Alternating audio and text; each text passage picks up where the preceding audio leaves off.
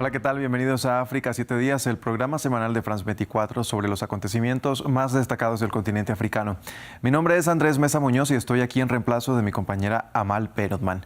Hoy ponemos la lupa en Ruanda, que conmemora los 30 años del genocidio Tutsi. Vamos con los titulares. El presidente de Ruanda, Paul Kagame, acusó a la comunidad internacional de haberle fallado al país durante el genocidio Tutsi. Sus declaraciones se dieron durante la ceremonia de conmemoración de este sangriento capítulo de la nación africana y lo hizo en compañía de líderes mundiales. 3 décadas después del genocidio, el crecimiento económico de Ruanda le ha valido el nombre del milagro económico africano. Les hablamos de cifras y de cómo el país se ha posicionado en el continente en materia de seguridad. Tenemos informe de nuestra corresponsal. Y en medio del crecimiento económico, el gobierno de Paul Kagame ha enfrentado críticas de grupos de derechos humanos. ¿Cuál es hoy la Ruanda posgenocidio? ¿Qué lecciones se han aprendido? ¿Y cuáles son los desafíos que enfrenta Ruanda en términos de reconstrucción, justicia y reconciliación? Lo analizamos en instantes. Empezamos. Ruanda conmemoró este 7 de abril los 30 años del genocidio Tutsi, uno de los capítulos más oscuros de la historia contemporánea, durante el cual unas 800,000 personas de esta minoría fueron brutalmente asesinadas. A la ceremonia, que estuvo encabezada por el presidente Paul Kagame, asistieron varios líderes mundiales de la actualidad o que ocuparon posiciones de poder cuando ocurrió la masacre. Entre ellos el expresidente estadounidense Bill Clinton. Durante su discurso, el mandatario ruandés lanzó duras acusaciones y culpó al mundo por lo sucedido. Nuestro pueblo nunca, y quiero decir nunca más, and I mean never, be left será dado por muerto otra vez. again. Many of the countries represented here today also sent Muchos de los países representados aquí hoy también enviaron a sus hijos e hijas a servir como fuerzas de paz en Ruanda. Esos soldados no le fallaron a Ruanda. Fue la comunidad internacional la que nos falló a todos, ya sea por desprecio o por cobardía. Este conflicto fue el resultado de tensiones étnicas, económicas y políticas. Ramiro Cueva Albarena nos explica en el siguiente informe. El 7 de abril de 1994 estalló el conflicto que derivó en el genocidio de la etnia Tutsi en Ruanda. Una matanza llevada a cabo por la raza Hutu que terminó con el asesinato de más de 1 millón de personas, según Naciones Unidas.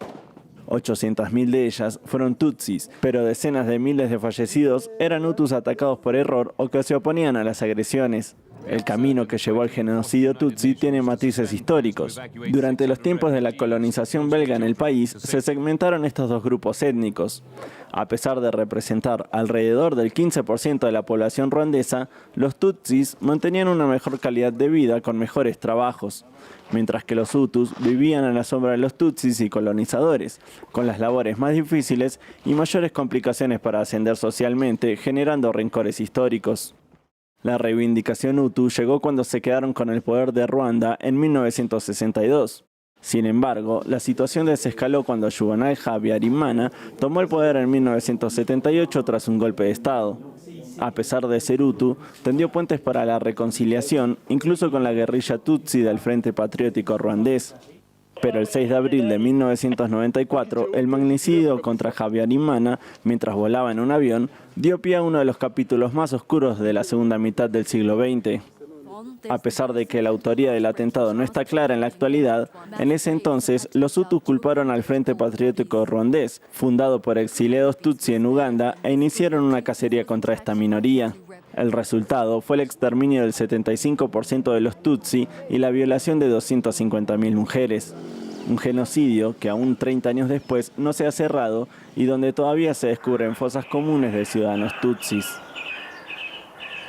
Tras el genocidio Tutsi, Ruanda priorizó la construcción y agricultura, obteniendo un crecimiento del 7,5% promedio en 20 años, cuadriplicando su PIB per cápita, lo que le ha valido el sobrenombre de milagro económico africano. El país también lidera hoy una prominente fuerza militar en África. Los detalles desde Kigali con nuestra corresponsal Mariam Kone. El escaparate de este milagro económico ruandés es la ciudad de Kigali. Tras el genocidio de los Tutsi hace 30 años, Ruanda se centró en la construcción y la agricultura para lograr un crecimiento récord. En los últimos 20 años, el país ha registrado un crecimiento medio del 7.5% y ha cuadruplado su PIB per cápita.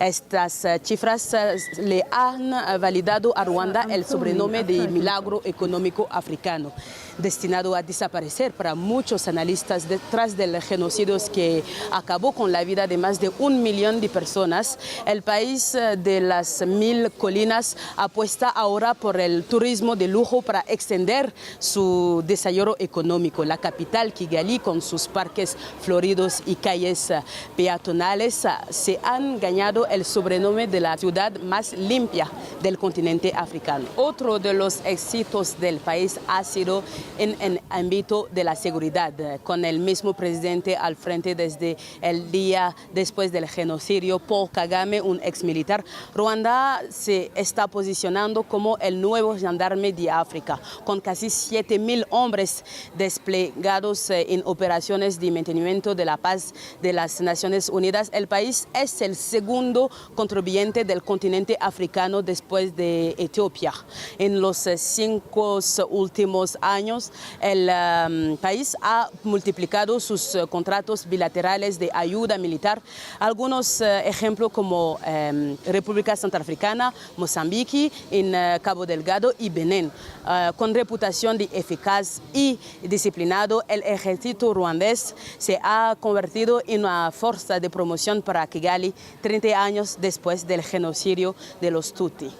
Para el análisis saludamos a Jerónimo Delgado, él es profesor e investigador de la Universidad Externado de Colombia y experto en África. Jerónimo, bienvenido a France 24. Cuéntenos cómo evaluaría el impacto a largo plazo del genocidio de los Tutsi de Ruanda en términos de estabilidad política, seguridad y socioeconómica en el país. Aquí es importante mencionar que cuando se acaba el genocidio, una de las causas por las cuales se acaba el genocidio es la llegada del Frente Patriótico Ruandés al poder, es decir, el gobierno de Paul Kagame, que es un gobierno que ha estado en el poder desde que se acabó el genocidio hace 30 años y que lo que ha hecho es dedicarse, por un lado, a no ocultar, pero no lidiar con las consecuencias sociales del genocidio, es decir, no hubo una comisión para la verdad y la reconciliación, no hubo un manejo, digamos, de las consecuencias del genocidio como tal, y a lo que se dedicó fue justamente a eso, a la estabilidad del Estado, a generar crecimiento económico, a mejorar los indicadores de Ruanda, a generar una campaña de cambio de imagen de Ruanda en el sistema internacional muy fuerte, que nos lleva a unos logros muy importantes en términos de posicionamiento de Ruanda y de mejoramiento de las condiciones de vida de Ruanda, pero que al mismo tiempo nos lleva también a una situación donde los derechos humanos, donde la democracia es bastante cuestionable. Jerónimo, ¿cuáles han sido los principales desafíos en materia de reconstrucción, justicia y reconciliación en Ruanda desde el genocidio? Es que uno en este momento no puede hablar de una reconciliación como tal en Ruanda. Lo que hubo en Ruanda fue el triunfo o la llegada al poder de las víctimas del genocidio. Y aquí una aclaración. Generalmente se habla del genocidio Tutsi en Ruanda, pero en Ruanda durante el genocidio hubo muertos Tutsis y hubo muertos Hutus, es decir, no es exclusivo. En ese orden de ideas, ese es uno de los graves problemas que creo yo tendrá que enfrentar Ruanda en el momento en el que Paul Kagame o el Frente Patriótico Ruandés ya no estén en el poder. Porque lo que han hecho ellos es literalmente, imagínense una olla a presión, ponerle una tapa. Es un tema del que no se ha hablado y es un tema donde muchas de las tensiones se han congelado, pero se han ido incrementando durante el tiempo. Jerónimo, ¿cuáles son las lecciones que se pueden extraer del genocidio Tutsi en Ruanda, sobre todo en la prevención de conflictos y también en la protección de derechos humanos, no solo en África, sino a nivel mundial?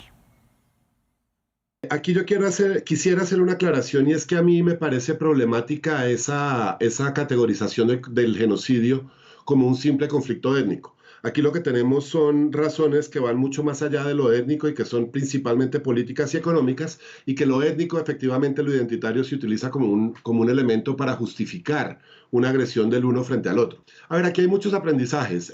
Ruanda fue un caso donde la participación de la comunidad internacional, no para prevenir, sino para fomentar el genocidio, fue fundamental. Es decir, tenemos participación desde Francia, desde Bélgica, desde Egipto, desde Naciones Unidas, en el proceso de planeación y ejecución del genocidio. Lo cual tiene que llevar a la comunidad internacional a replantearse un poco cuál es su papel frente a este tipo de dinámicas. En términos de, no tanto de prevención, pero en términos de manejo posterior de la situación de un genocidio, Ruanda y el Tribunal Penal Internacional para Ruanda en particular han sido determinantes en la construcción de lo que llamamos la jurisdicción penal internacional o la justicia penal internacional. El Tribunal Penal Internacional para Ruanda deja claras definiciones de genocidio, pero no una definición estricta, sino definiciones ampliadas de genocidio. Genocidio no es solamente el exterminio o intento de exterminio de un grupo nacional, racial, étnico o religioso, planeado y sistemático, evidentemente, sino también generar condiciones que lleven a el exterminio de ese grupo. Entonces, migración forzada, generación de hambrunas, por ejemplo, y además incluye dentro de la legislación otras prácticas que van a ser muy importantes. Por ejemplo, violencia sexual, por ejemplo, no sé, sí, generación de condiciones que lleven al exterminio de este tipo de definiciones ampliadas del concepto de genocidio, que van a ser determinantes en otros casos, como por ejemplo el caso de Sierra Leona o el caso del genocidio en Darfur. Jerónimo, ¿cómo evalúa la responsabilidad que ha asumido Francia y el impacto que eso ha tenido en las relaciones entre ambos países? Ahí tendríamos que ser un poco críticos, es decir, es importante el reconocimiento de Francia de su participación en el genocidio, pero recordemos que fue Francia la que después del genocidio organizó una operación que fue la Operación Turquesa para sacar a los que cometieron el genocidio de Ruanda y poder defender a sus aliados en Ruanda, que eran los hutus. En ese orden de ideas, sí, está bien que haya un reconocimiento, pero realmente aquí estamos es frente a una serie, porque el genocidio ruandés no es el único. Habría que mirar la participación de Bélgica, habría que mirar la participación de Francia, no solo en Ruanda. Tenemos unos casos mucho más recientes en la zona del Sahel, por ejemplo, Mali, Níger, Burkina Faso, Guinea, donde Francia y los países europeos también han tenido una participación nefasta. Y entonces, frente a esto, frente a lo que estamos es a un reconocimiento de la participación en Ruanda, del genocidio, pero no hay unas acciones posteriores que lleven a resarcir el daño o a generar condiciones mucho más favorables en el país, al mismo tiempo que tenemos una participación nefasta en otros lugares de África. Entonces, en algunos casos, estos reconocimientos se vuelven mucho más retóricos que cualquier otra cosa. Jerónimo, muchas gracias por su análisis aquí en France 24. De esta manera despedimos este episodio de África 7 días. Recuerde que si quiere repetir este u otro capítulo de nuestro programa, lo puede hacer a través de nuestra página web www.france24.com.